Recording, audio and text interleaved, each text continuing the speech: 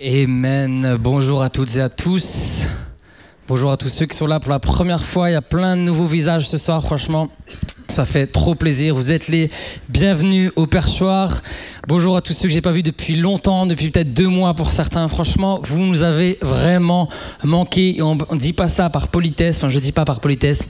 Mais vraiment, vous nous avez manqué, ces soirées-là nous ont manqué et on est vraiment, mais comme le disait Lucas, on est dans les starting blocks, vraiment.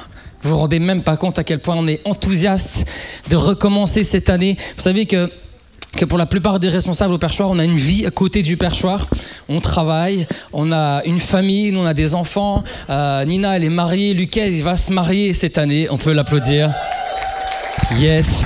Donc ça demande du travail, ça demande de l'investissement, mais ce qui nous donne la force de continuer comme ça, c'est qu'on voit les fruits vendredi après vendredi du Perchoir. On voit que le groupe Perchoir grandit, que Dieu parle, Dieu change des vies et surtout, le Seigneur nous a parlé pour cette année. Mais moi, ça fait 5 ans, 6 ans qu'on fait ça, 5 ans ? Mais j'ai jamais été autant enthousiaste que cette année. Vraiment, le Seigneur nous a parlé particulièrement. Je me souviens après le week-end Perchoir, j'ai toujours pas commencé mon message pour ceux qui chronomètrent, ok ? Je sais qu'il y a des mauvaises langues qui sont là, ils disent purée, il va parler longtemps, c'est la première. Non, rassurez-vous, normalement je parle pas longtemps ce soir. Mais après le week-end Perchoir, au mois de janvier, février, le week-end a été particulièrement béni et puis moi je me souviens, j'étais dans ma camionnette c'est ma chambre haute et je disais Seigneur mais qu'est-ce que tu veux faire avec cette génération? Il y a tellement de talents, il y a tellement de belles personnes qu'on a appris à découvrir un peu plus pendant ce week-end, il y a tellement de talents, de gens qui t'aiment de tout leur cœur, qui veulent te servir. Qu'est-ce que tu veux faire avec cela? Moi je veux surtout pas qu'en tant que responsable on soit des personnes qui freinent. On veut que chacun d'entre vous puissiez rentrer pleinement dans ce que Dieu a prévu pour vous. On veut que chacun d'entre vous puissiez être la personne que Dieu veut que vous soyez. C'est ce qui est plus important que toute autre chose. C'est plus important que d'avoir du monde dans cette salle. C'est plus important qu'on mange bien. C'est que chacun d'entre vous puissiez être la personne que Dieu veut que vous soyez et rentrer pleinement dans ce que Dieu veut pour vous. Et je priais, le Seigneur et je peux le compter sur les doigts de la main, le nombre de fois le Seigneur m'a parlé aussi clairement et distinctement. Mais Seigneur me disait Pierre, le Perchoir c'est l'église d'aujourd'hui et les colonnes de demain, comme le disait Lucas. Et j'ai dit ok Seigneur, mais il faut qu'on construise avec ça. Il faut qu'on construise avec ça. Et quand on s'est vu ce week-end, comme le disait, quand on s'est vu pendant un week-end cet été avec les responsables pour préparer cette année, on a étudié ce que disait la parole par rapport au fait d'être des colonnes dans l'église, des colonnes de vérité. On a étudié les versets qui parlaient de ça. On a construit un peu toute notre fil rouge de cette année. Et on savait pas, mais c'était le week-end, il y a la cérémonie d'ouverture des JO. Et nous, on était un peu coupés du monde, on a un peu découvert le samedi et surtout le dimanche ce qui se passait. Et on s'est dit, mais plus que jamais, notre génération, ma génération, a besoin d'avoir des hommes et des femmes qui sont des colonnes solides, sûrs de leurs convictions, convaincus de ce qu'ils croient, qui disent ce qu'ils croient, qui proclament haut et fort ce qu'ils croient, qui vivent leur foi et qui n'ont pas peur d'être des chrétiens, qui se tiennent fermes, qui sont sûrs.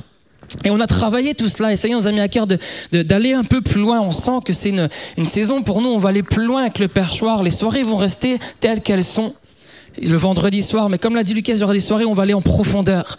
On veut donner on va aller plus loin dans certains sujets qui nous semblent essentiels pour notre génération. Vous donner des arguments, vous donner du poids, une manière de parler, vous donner des conseils pour aborder certains sujets avec conviction. Parce qu'on veut que chacun d'entre vous puissiez être des colonnes dans l'église où Dieu veut que vous soyez. Des jeunes hommes, des jeunes femmes solides, qui ne bougent pas à chaque coup de vent, à chaque tempête. Des jeunes hommes et des jeunes femmes solides. Yes? Ok, vous êtes hyper enthousiastes. On a parlé des soirées profondeur et soirées prière. Vous savez que les soirées altitude, ça cartonne. On est plus d'une centaine à chaque fois. Le Seigneur fait du bien. Tout le monde veut venir louer. Tout le monde veut venir passer des bons moments dans la présence du Seigneur. Mais quand il s'agit de prier, aïe, il y a moins de monde. Si tu veux grandir avec Dieu, ça commence à genoux. Ça commence dans la prière. Il n'y a aucun autre endroit. C'est dans la prière. Dans la prière. Alors venez, on va prier, on va apprendre à prier, on va vous apprendre à prier. Et je sais une chose, c'est qu'on va vivre la présence de Dieu. Je sais une chose, pourquoi on va prier, Dieu va l'entendre et Dieu va répondre. Amen. Yes, ok. On va lire ensemble ce soir Genèse chapitre 6, verset 6. Je lance officiellement mon chrono. Genèse chapitre 6, verset 6.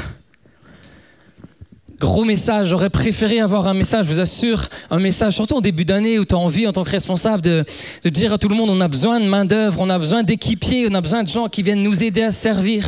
On a besoin du monde food and drinks, du monde au ménage, du monde à la garderie, du monde à la louange, on a besoin de tout ça. Et je me disais, purée, pour un message de rentrée, ça serait génial de parler de ça. Tu fais de servir le Seigneur, de s'engager dans le service. Et pas du tout, c'est pas du tout ce que le Seigneur m'a mis à cœur. On va lire ensemble Genèse chapitre 6, verset 6. Vous l'avez tous? Ou du moins, normalement, c'est affiché. Yes, merci Bénina. Est-ce qu'on peut applaudir Bénina, s'il vous plaît? Ça lui donnera peut-être envie de rester en Alsace. Et surtout qu'elle puisse trouver du travail en Alsace. L'Éternel se repentit d'avoir fait l'homme sur la terre et il fut affligé en son cœur. Il dit, j'exterminerai de la face de la terre l'homme que j'ai créé, depuis l'homme jusqu'au bétail, aux reptiles et aux oiseaux du ciel, car je me repens de les avoir faits. Mais Noé trouva grâce aux yeux de l'Éternel. Voici la postérité de Noé.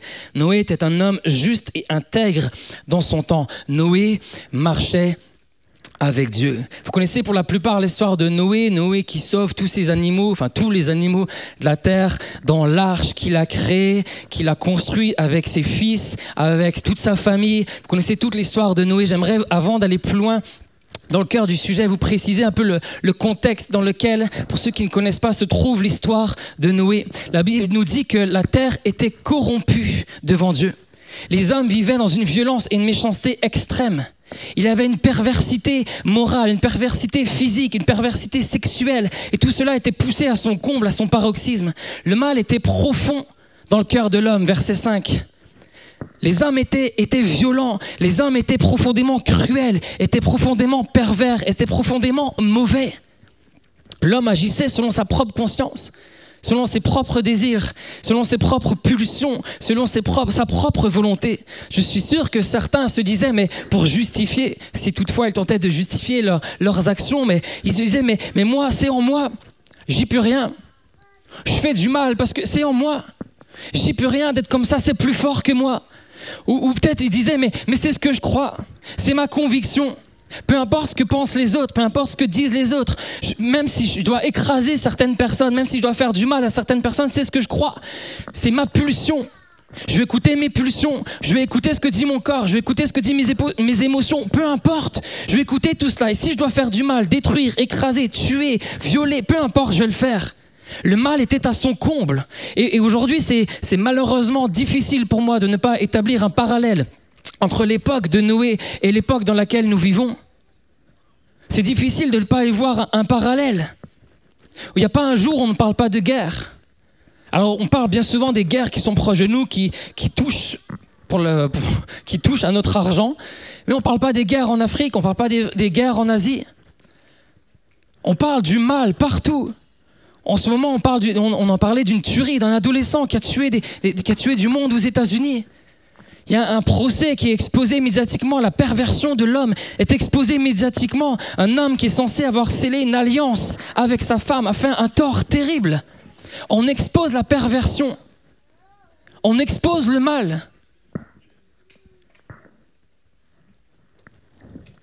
Mais j'ai peur que soit elle est exposée au grand jour, soit elle est bien souvent et plus souvent déguisée. Et le nom de ce déguisement, c'est le progrès.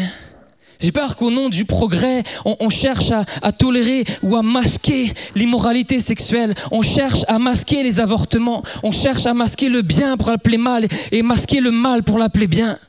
On cherche à masquer tout ça. Et j'ai peur que parfois, dans nos cœurs, on fasse la même chose. J'ai peur que parfois, bien souvent, on cache certaines choses qui sont mauvaises et on les dissimule, on les couvre.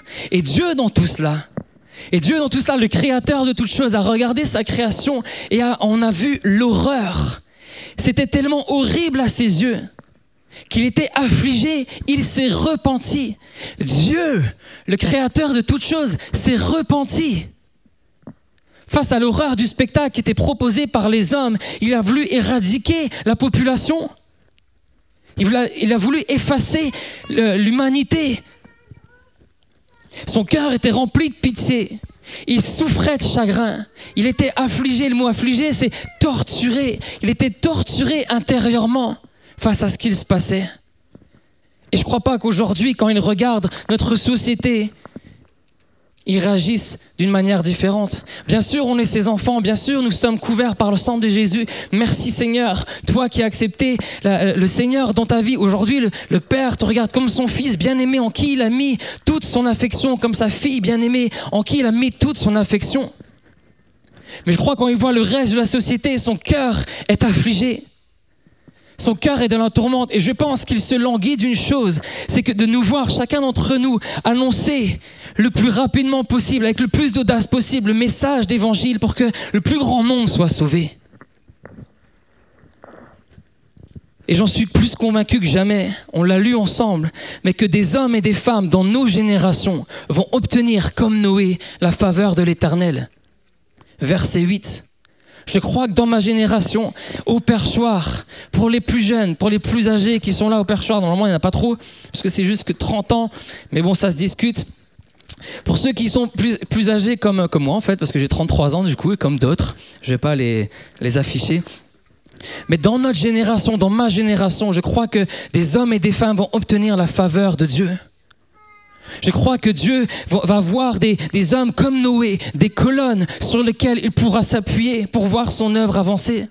Je crois qu'il va trouver et donner sa faveur à des hommes et des femmes pour qu'ils annoncent l'évangile et qu'ils voient des hommes être sauvés, des femmes être sauvées, comme Noé qui a construit son arche pour sauver l'humanité. Je crois que Dieu va trouver des hommes et des femmes en qui il va donner un rêve, à qui il va donner un projet, à qui il va donner l'audace de témoigner. Il va trouver des hommes et des femmes comme des colonnes sur lesquelles il pourra s'appuyer pour voir l'Église avancer. Pour voir le perchoir ici avancer, pour voir ton église, l'église que tu représentes avancer. Il va trouver des hommes et des femmes sur lesquels il pourra s'appuyer. Une colonne n'a du sens que si elle porte quelque chose de plus grand. Une colonne n'a du sens que si elle est entourée d'autres colonnes qui portent quelque chose de plus grand. Ces colonnes ici ne serviraient à rien si elles ne portaient pas cette charpente qui est là pour nous abriter de la pluie, du vent, du soleil.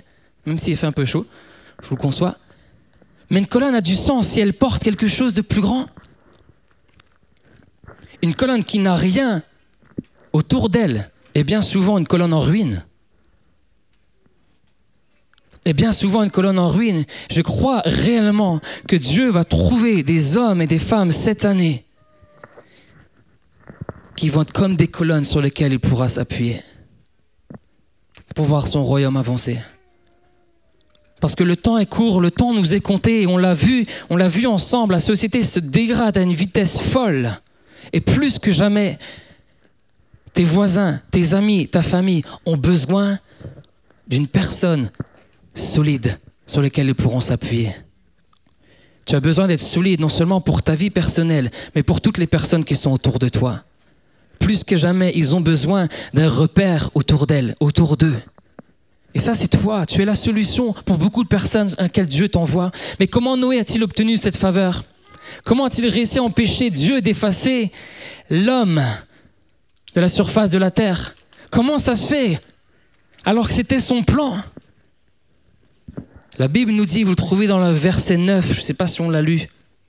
Si, on l'a lu. Voici la postérité de Noé. Noé était un homme juste et intègre. Parmi ses contemporains, Noé marchait avec Dieu. Et le cœur de mon message ce soir, je vais m'arrêter juste quelques instants sur l'intégrité. C'est un mot malheureusement qu'on utilise très peu. Alors soit on l'a rayé de notre vocabulaire, soit les vertus à lesquelles il renvoie ont complètement disparu de notre société. J'espère pas et je le crois pas. Quand j'en vois plusieurs ici, je crois que plusieurs marchent dans l'intégrité. Mais qu'est-ce que c'est que l'intégrité? Tiens, petite question. Qu'est-ce que c'est que l'intégrité? Allez, qui a une idée? Une marche sans compromis. L'honnêteté. Il n'y a pas de bonne ou mauvaise réponse, hein, je vous rassure. Ouais. Ouais. Yes. ponctualité?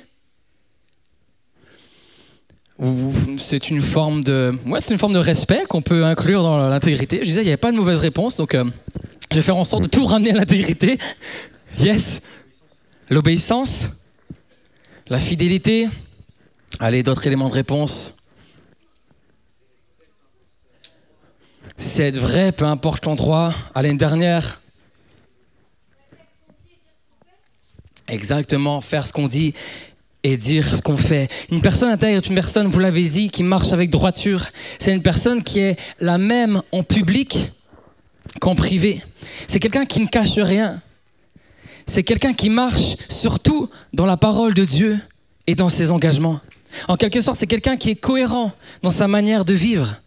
L'intégrité, c'est pas seulement une vertu personnelle, mais c'est le reflet surtout de ta relation personnelle avec Dieu, qui va affecter tous les domaines de ta vie, qui va affecter la manière dont tu interagis avec les autres. Et on le verra plus tard. Ça va affecter ton bien-être général, on le verra plus tard. Et surtout ton bien-être spirituel. L'intégrité, c'est ce que tu es quand personne te voit. Quand personne te voit. Moi, j'ai peur qu'aujourd'hui, on vive dans une société, et pas seulement dans ceux qui connaissent pas le Seigneur, mais également dans nos églises. On vit dans une société qui a pris l'habitude de se cacher derrière son écran. On se cache derrière nos écrans. On se cache derrière ce qu'on veut seulement laisser paraître, ce qu'on veut seulement que les autres voient de nous. Et on montre une certaine image. En fonction des gens que tu côtoies, tu montres une certaine image. Tu montres en fonction de s'il y a un responsable du perchoir qui est dans la salle, tu montres une certaine image spirituelle. En fonction des amis qui ne connaissent pas le Seigneur, tu montres une autre image. Et on vit derrière cet écran, derrière cette espèce d'avatar. Et pour certains, vous créez plusieurs avatars, plusieurs profils différents. Beaucoup vivent derrière un écran.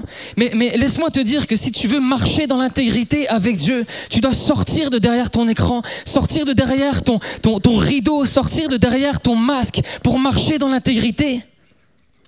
Il est temps de sortir derrière ton écran, d'arrêter de te cacher. Il est temps d'allier tes actes avec tes paroles, d'arrêter d'adopter ton discours en fonction des gens qui te côtoient. Avec qui tu te trouves, tu prétends être un chrétien, alors sois-le pleinement jusqu'au bout. Sois-le dans chacune des actions, sois-le dans chacun des faits et gestes que tu fais, sois-le dans chacune des paroles que tu dis.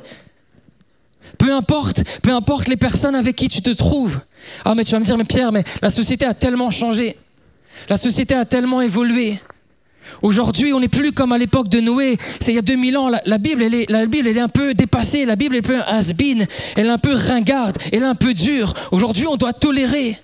Aujourd'hui, on doit accepter. Laisse-moi te dire que le discours de Noé n'a pas varié d'un iota. N'a pas varié d'un iota. Il n'a pas changé en fonction des gens avec qui il se trouvait. Il n'a pas changé en fonction des gens qu'il côtoyait. Il n'a pas changé en fonction de la pression qu'il subissait. Il est resté droit, intègre, jusqu'au bout. Oh, purée.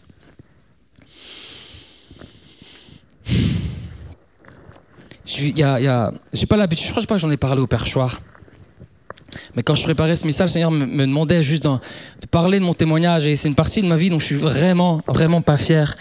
Mais j'ai grandi dans une famille chrétienne, ça j'en suis fier, avec des parents vraiment incroyables, qui ont servi le Seigneur, qui servent le Seigneur d'une manière extraordinaire depuis toujours. J'ai vu ça depuis que je suis né.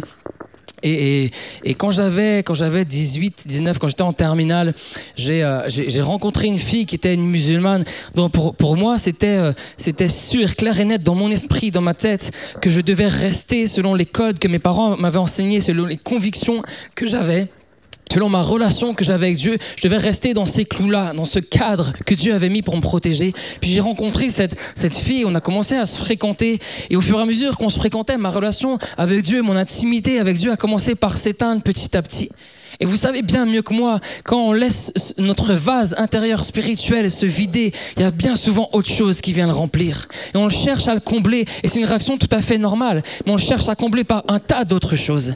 Et moi, j'ai laissé mon vase intérieur spirituel, ma relation intime avec Dieu, complètement se vider, complètement s'éteindre. Et je me rapprochais de plus en plus de l'islam. Je lisais des livres sur le Coran. Je devais même aller voir un imam. Mais par contre, surtout pas, il fallait surtout pas que je le montre. Parce que j'avais créé un avatar qui était assez sympa, en tout cas à mes yeux. C'était l'avatar du fils de pasteur, qui est normalement censé être plus ou moins parfait dans ses gestes, dans ses actions, partout où il va. Et moi, c'était l'avatar que je laissais transparaître. Le samedi soir, quand j'allais au groupe de jeunes, le dimanche matin, quand j'allais à l'église, je levais les mains, je louais le Seigneur. Mais j'avais un autre avatar que je sortais la semaine. Une autre personne que je voulais montrer, qui est complètement loin du Seigneur, complètement loin de Dieu. Et je faisais n'importe quoi. J'ai dépassé le cadre que Dieu avait mis pour me garder, pour nous garder, dans le cadre du mariage. J'ai fait n'importe quoi avec cette fille. Je faisais n'importe quoi la semaine. Et le dimanche, je continuais à venir, je sortais un nouvel avatar. Mais personne ne le voyait. J'étais plutôt doué dans ce que je faisais, malheureusement. Plutôt doué dans le mensonge. Et du coup, je montrais cet avatar. Mes parents ne voyaient rien. Mes parents ne savaient pas la vie que je menais. Ils ne savaient pas que je faisais n'importe quoi la semaine avec cette fille, que le dimanche matin, je pouvais louer le Seigneur. Ils n'ont rien su de tout ça. Mais j'ai vécu dans cette espèce de mensonge au fond de moi. Cette espèce de gap se creusait de plus en plus entre les deux avatars que je montrais, les deux pierres que je voulais laisser paraître. Et ça provoquait une douleur au fond de moi terrible. Le nombre de soirs, le nombre de fois où j'étais tout seul et je criais à Dieu. J'ai dit, mais il faut que je m'en sorte. J'en ai marre de mentir. J'en ai marre de seulement montrer un certain aspect de ma vie, seulement montrer un autre aspect de ma vie avec les non-croyants, avec ceux qui ne connaissent pas. J'en ai marre de mentir. Je me souviens des soirées où des fois je pouvais hurler dans ma chambre. J'hurlais de douleur. J'hurlais de douleur, à tel point un soir où quand je criais à Dieu, j'ai tellement crié fort que mes parents qui étaient en bas ont entendu et ma mère est venue. Ma mère que j'aime vraiment de tout mon cœur, pour ceux qui ont une maman qui chérissent de tout leur cœur, vous comprenez ce que je vous dis, mais ma mère, je ne vais surtout pas la décevoir, surtout pas. J'étais presque son fils préféré, presque. Et je ne voulais surtout pas perdre cette place, vraiment, elle m'était précieuse, cette place, je la chéris encore aujourd'hui, cette place, je dois vous le dire.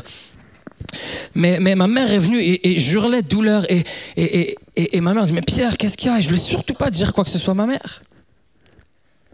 Elle m'a dit, mais ok, tu veux rien dire, Pierre, je vais chercher ton père. Mais non, je veux rien dire à personne. Mon père, c'est l'exemple, c'est l'homme à qui j'aspire à être, à ressembler. Et mon père est venu et ça a duré, c'est une histoire courte, mais ça a duré 2-3 heures. Mon père est à côté, il me voyait prier, il comprenait même pas ce qui se passait. Il était loin de se douter de ce que je vivais intérieurement. Et là, j'ai commencé à confesser, à marcher dans l'intégrité. J'ai dit, mais je veux plus prétendre être qui que ce soit. Je ne veux plus prétendre être un chrétien. Je ne veux plus prétendre être une bonne personne. Je veux être vrai. Je veux être intègre dans ma manière de marcher. Je veux sortir de derrière mon écran, sortir de derrière mon avatar, être pleinement moi-même. Mais surtout être celui que Dieu veut que je sois. Et j'ai confessé tout ça, on a pu prier ensemble. Mais mon ami, ne fais pas comme moi. Ne te laisse pas piéger par l'ennemi, qui veut te dire que tu seras peut-être une meilleure personne en essayant de correspondre aux attentes des uns et des autres. Que tu seras peut-être une meilleure personne en te fiant à ce que la société veut que tu sois aujourd'hui. Noé ne s'est pas laissé compromettre par quoi que ce soit. Quoi que ce soit. Il est resté lui-même parce que son code de conduite était de marcher avec Dieu, peu importe ce qui lui en coûtait. Il a construit l'arche pendant des années. On pense qu'il a construit l'arche entre 20 ans à 100 ans. Et il a subi les moqueries. Certainement que les gens venaient le voir et lui dire, mais tu crois vraiment que ton bateau va flotter au milieu d'un désert? Il n'y avait pas de lac autour, il n'y avait pas de rivière. Tu crois vraiment que ton bateau, il est pas un peu grand là pour vous? Allez, toi, ta petite famille, allez, si tu t'entends bien avec ta femme, tu vas prendre ta femme. Si tes enfants t'ont pas laissé tomber, tu vas peut-être prendre tes enfants et tes belles-filles. Tu crois pas qu'il est un peu grand? Ils sont sûrement moqués de lui. Ils l'ont sûrement raillé pour ses choix. Combien de personnes aujourd'hui peut-être se moquent de toi? Mais toi, t'es chrétien, mais t'es tellement ringard. Tu veux te marier, tu veux te préserver jusqu'au mariage, mais fais ce que tu veux, profite de la vie, goûte de la vie. T'es chrétien, mais t'es has-been, t'es dépassé. Tu es complètement hors sujet. Et toi, on t'a enseigné ces valeurs-là. Et toi, il y a un combat, un dilemme qui s'impose en toi parce que tu as envie de faire la volonté de Dieu, de respecter cela, mais tu vois les autres qui avancent dans leur vie. Et toi, tu es là et tu dis, mais comment je vais m'en sortir? Mais comment je vais pouvoir m'en sortir de cela? Et on se moque de toi. On se moque de toi. Toi qui veux respecter les autorités, toi qui veux marcher dans la droiture, toi qui veux payer tes impôts correctement. On se moque de toi. Être intègre veut dire être complet, être fini, arriver à son terme. En d'autres mots, c'est quelqu'un qui ne va pas compartimenter sa vie. En fonction des gens avec qui il se trouve, il ne va pas compartimenter sa vie. Il va être pleinement lui. Croyez-moi que je préfère avoir la bénédiction de Dieu dans ma vie que de laisser la pression autour de moi me corrompre. Je l'ai appris à mon grand dame. Je l'ai appris par des douleurs, je l'ai appris par des blessures au fond de moi. Mais aujourd'hui, j'en suis plus convaincu que jamais. Je veux avoir la bénédiction de Dieu plutôt que me laisser corrompre par les pressions extérieures. Je veux marcher dans la droiture. Tellement de personnes aujourd'hui abaissent leur standard de Dieu en fonction de ce qu'ils ont envie. Oh Dieu, mais moi, j'arrive pas à me préserver, j'arrive pas à garder, j'arrive pas à être fidèle, j'arrive pas à marcher dans tes voies, j'arrive pas à accéder à ce standard, donc je le diminue, je le baisse. Arrête de réduire Dieu à ce que toi tu crois, à ce que tu as envie. La parole de Dieu ne change pas. Noé n'a pas varié son discours d'un iota. Parce que Dieu avait parlé, parce que Dieu lui avait dit quelque chose, il n'a pas changé. La Bible nous dit que Dieu est le même hier, aujourd'hui, éternellement. Sa parole ne change pas. Elle est aussi certaine et sûre. Elle est immuable. J'étais très nul en maths. J'ai fait S. Ne me demandez pas pourquoi. Parce que certainement tout le monde le faisait d'ailleurs. Enfin, en tout cas, les plus intelligents. Non, je rigole. Pour ceux qui ont fait ES et L. T'as fait ES, Lucas? Mince. Bon, t'es aussi intelligent. Beaucoup plus que moi d'ailleurs. Mais j'ai fait S et en maths j'étais vraiment mauvais. Mais une chose que j'ai retenue, c'est que dans certaines opérations, il y a ce qu'on appelle une constante et une variable. Et la constante, peu importe la variable que tu mets devant, qu'elle soit petite, qu'elle soit immense, la constante ne change pas. C'est ça, il y en a qui ont fait S, qui se rappellent de quelque chose comme ça? Bien, je dis des bêtises. Ok, je dis des bêtises. Non, je dis pas des bêtises, vous vous souvenez de ça? Je suis pas le seul. Ok. La constante dans ta vie ne doit pas être la pression autour de toi, ne doit pas être ce que la société dit, mais doit être ce que la parole de Dieu elle dit. Noé a marché dans l'intégrité. Et la Bible est très concrète, et je vais aller un peu vite là parce que le temps avance. La Bible est très concrète sur comment on peut marcher dans l'intégrité. Je vais vous citer quelques versets pour ceux qui notent. Tu peux marcher dans l'intégrité en étant honnête, on l'a entendu. Psaume 12, verset 22 nous dit les lèvres menteuses. Écoutez bien, les lèvres menteuses sont en abomination au Seigneur. Tu veux marcher dans l'intégrité? Alors sois honnête, ne rajoute rien, n'exagère rien. En préparant ce message, je me disais, mais Seigneur, moi j'ai l'impression que je marche plus ou moins dans l'intégrité, plus normalement, même plus. Mais quand je voyais à quel point Dieu est tellement saint, je me disais, il y a des choses dans ma vie que je ne veux pas tolérer. Je ne veux pas tolérer de rajouter quoi que ce soit quand je raconte quelque chose. Les lèvres menteuses sont une abomination au Seigneur, mais ceux qui agissent fidèlement font ses délices. Éphésiens 4, verset 25 nous dit, c'est pourquoi chacun de vous doit renoncer au mensonge et parler franchement à son prochain, car nous sommes tous membres d'un seul corps. Parler franchement à son prochain. Il y en a tellement qui n'osent pas dire les choses. Il y en a tellement qui n'osent pas parler. Parler franchement avec amour. Ok, mettez les formes pour certains, parce que quand certains parlent, ça décape, ça fait plus de mal qu'autre chose. Ils ont compris le fait de dire les choses, c'est très bien. Maintenant, il faut mettre un peu de forme. C'est pourquoi chacun de vous doit renoncer au mensonge et parler franchement à son prochain. Arrêtez de dire, mais t'as vu un tel, t'as vu ce qu'il a fait cet été, t'as vu sa story, t'as vu ce qu'il a publié. Après, il vient au perchoir, il fait genre. C'est pourquoi chacun de vous doit renoncer. C'est ma responsabilité, ta responsabilité. Une personne qui marche dans l'intégrité, une personne digne de confiance. Proverbe 11, verset 13, nous dit « Une commère trahit une confidence, mais une personne digne de confiance garde un secret. » Une personne digne de confiance, qui marche dans l'intégrité, une personne que tu pourras aller voir, sur laquelle tu pourras t'appuyer, une colonne de vérité, et on le verra plus tard dans l'année. L'intégrité fait aussi référence à l'intégrité morale. Je vous cite Philippiens 4, verset 8, nous dit « Enfin, frères et sœurs, tout ce qui est vrai, tout ce qui est noble, tout ce qui est juste, tout ce qui est pur, tout ce qui est beau, tout ce qui est admirable, si quelque chose est excellent, digne de louange, pensez à de telles choses. » Qu'est-ce qui rentre dans ta pensée? Qu'est-ce que tu entretiens dans tes pensées? Tu veux marcher dans l'intégrité morale? Alors, pense à de belles choses. Entretiens-toi, la Bible nous dit, entretiens-toi par des psaumes, des prières. Tout ce qui est beau, tout ce qui est admirable. Quelqu'un d'intègre, il va lier sa parole aux actes. Jacques 1, verset 22-23, ne vous contentez pas d'écouter la parole et de vous tromper ainsi vous-même. Faites ce qu'elle dit. Je crois que notre génération a besoin de beaucoup moins de monde qui disent les choses, mais beaucoup plus de personnes qui font des choses. Qui font des choses pour Dieu. Il y a beaucoup qui parlent énormément, qui disent plein de choses avec leur bouche, qui ont plutôt même la grande bouche. Mais quand tu vois leurs actions qui ne sont pas du tout en accord avec leurs mots, tu te dis « Waouh, il y a un décalage, il y a un gap qui ne correspond pas du tout ». Je crois que notre génération a besoin de gens qui parlent moins, mais qui agissent plus. Qui agissent plus. L'intégrité te pousse à t'examiner toi-même. Galates 6, verset 4 nous dit « Chacun devrait tester ses propres actions.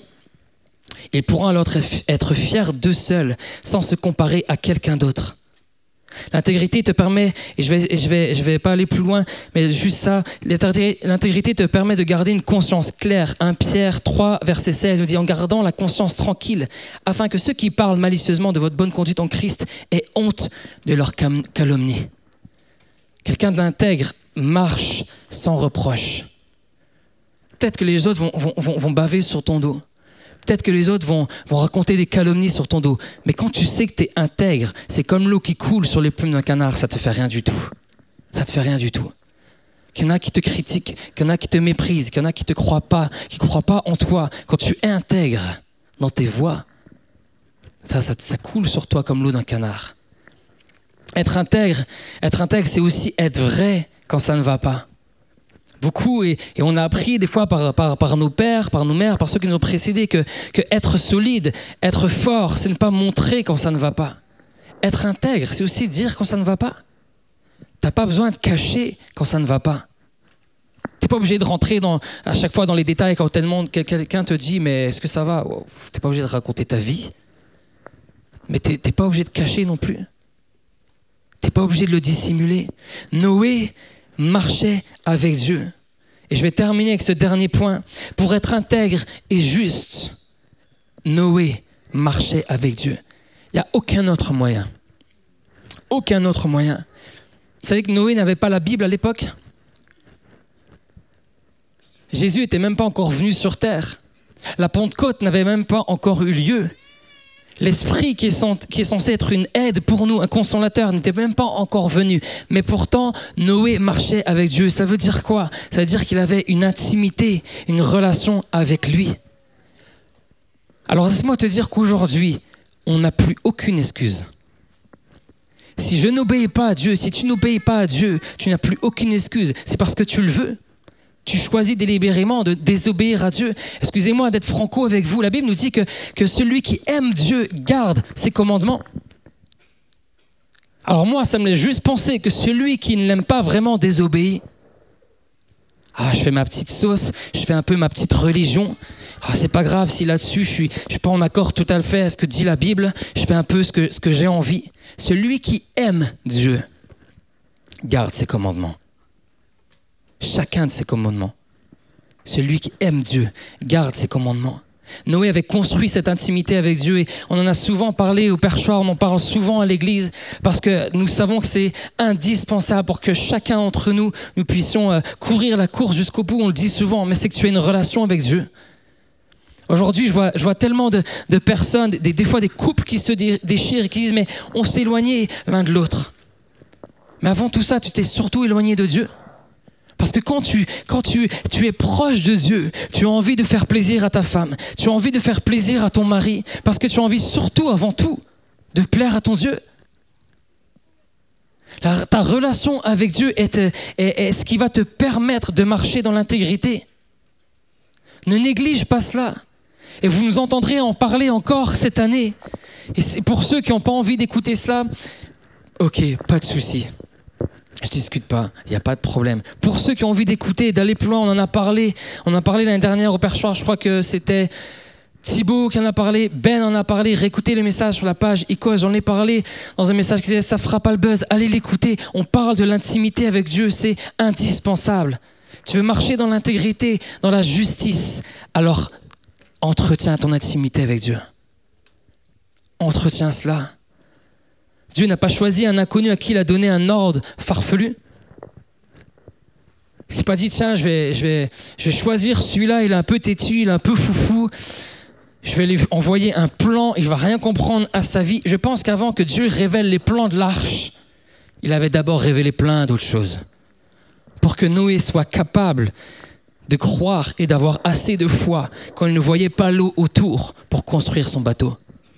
Noé avait appris à marcher avec Dieu, dans l'intimité.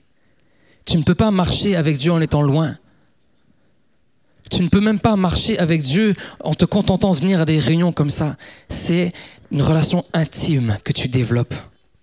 Et je crois que jamais on en parlera assez. Parce que tellement de personnes se laissent avoir, se laissent refroidir dans leur relation avec Dieu. Fais attention, garde cela, garde cela. Un jour, il y a pas si longtemps que cela, et je vais terminer juste par cette petite histoire, mais il y avait dans un village en France un arbre qui était centenaire.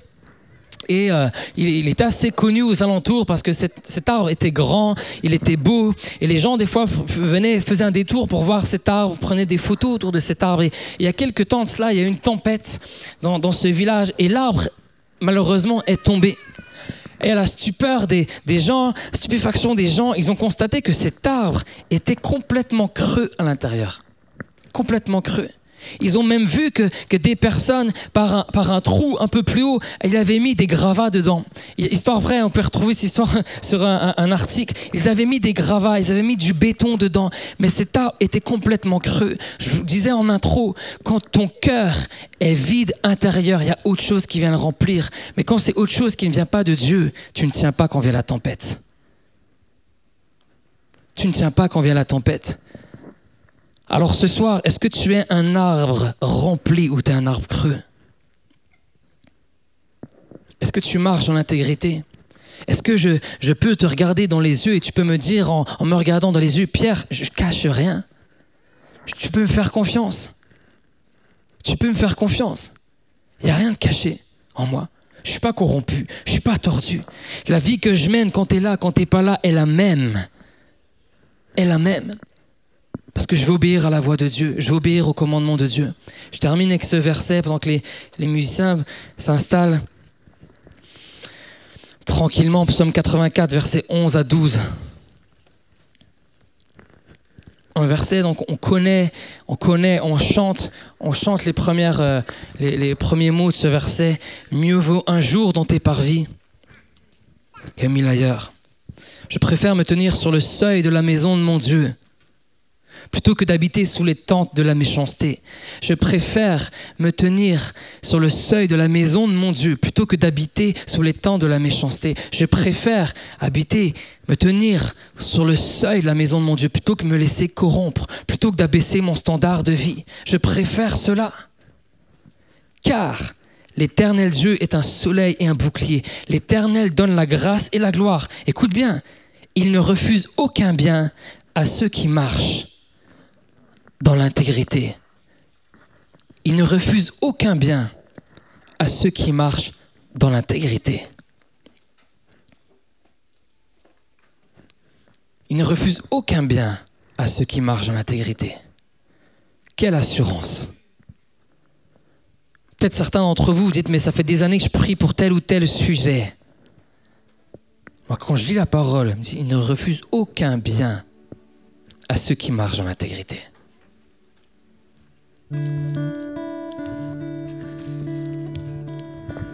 Ce soir, j'aimerais juste t'inviter pendant qu'on couvre nos têtes, on couvre nos fronts, à te mettre devant Dieu tout simplement.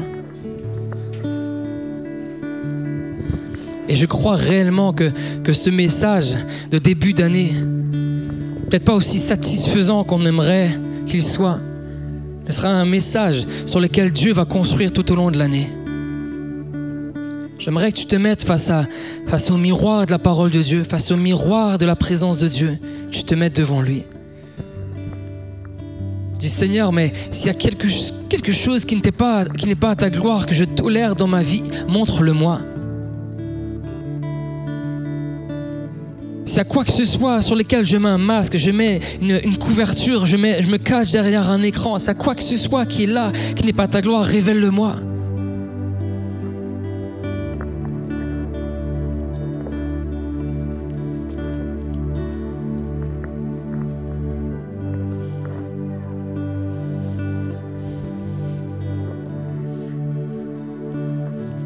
Laisse juste l'Esprit de Dieu te parler.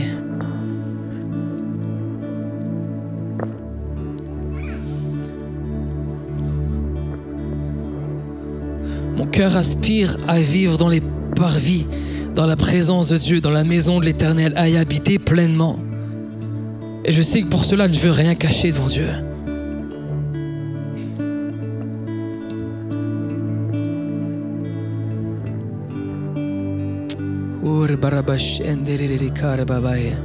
Esprit de Dieu, tu viens parler au cœur maintenant. Tu parles au cœur ce soir, Jésus. Tu es celui qui convainc d'esprit de justice et de jugement, et tu le fais avec amour, avec bienveillance. Parle au cœur maintenant.